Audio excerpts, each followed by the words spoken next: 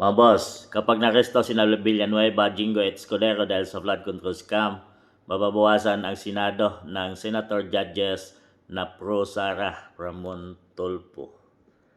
So yun ang mangyayari mga boss, talagang iniunti-unti na nila yung mga kalaban na alisin para mapilayan si VP Inday Sara at matupad yung kanilang matagal nang hangarin na hindi makatakbo sa 2028 election si VP Inday dahil yun ang kanilang kinakatakutan mga boss.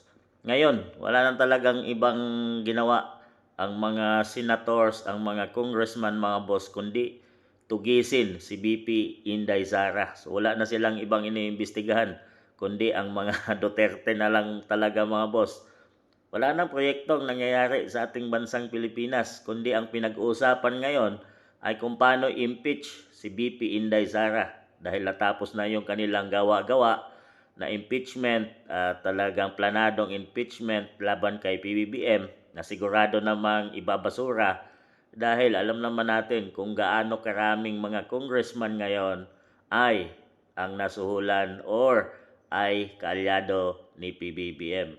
Alam natin yan mga boss na pira-pirahan lang. Kaya nga noon pa man sinabi ni FPRRD na nasa Kongreso ang pinaka-corrupt talaga mga boss. Kongreso ang pinaka-corrupt. Kaya doon siya tinira at galit na galit doon si Speaker Martin Romualdez dahil ayaw mag-open the book ni Speaker mga boss. At talagang doon na nag-umpisa ang hidwaang FPRRD at Duterte at ang administrasyon. Talagang tuloy-tuloy na silang tinira doon mga boss. At hanggang ngayon, wala na ibang pinag-usapan ang administrasyon. 6 years na magiging ganito ang ating bansang Pilipinas mga boss. Puro kaso habol sa mga Duterte talaga. Ito na lang ang pinag-usapan ng ating bansang Pilipinas. Hindi na sila nakatutok mga boss sa paglago ng ekonomiya ng ating bansa kung paano mapaunlad ang ating bansa.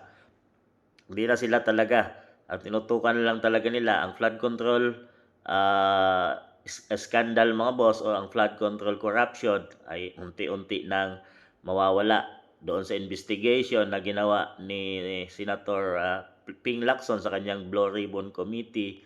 Kapwa pa niya congressman ang mga nakasuhan mga boss, Villanueva, Jinggoy at Escudero. So nauna na nga doon si dating Senator Bong Revilla mga boss. Pero ang mga congressman na itinuturo na sila at marami silang mga sangkot na congressman dyan sa Kongreso, sa flood control, corruption mga boss ay hindi pa nakakasuhan.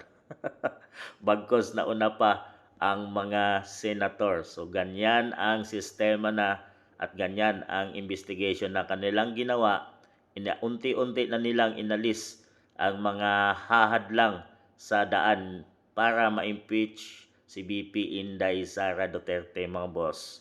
Dahil yun ang talaga ang kanilang gagawin hanggang 2028. Ganito ang mga balita at makikita natin sa social media na pangyayari mga boss. Ang tugisin si VP Inday at hindi makatakbo sa 2028. Ganito na kalupit ang ating bansang Pilipinas. Talagang kawawa tayong mamayang Pilipino at kawawa ang ating bansang Pilipinas para sa mga tao na walang ibang hangad kundi maghari sila dito sa ating bansang Pilipinas at walang hahadlang sa mga pinaggagawa nila mga boss kagaya ng mga Duterte. So yun ang kanilang target.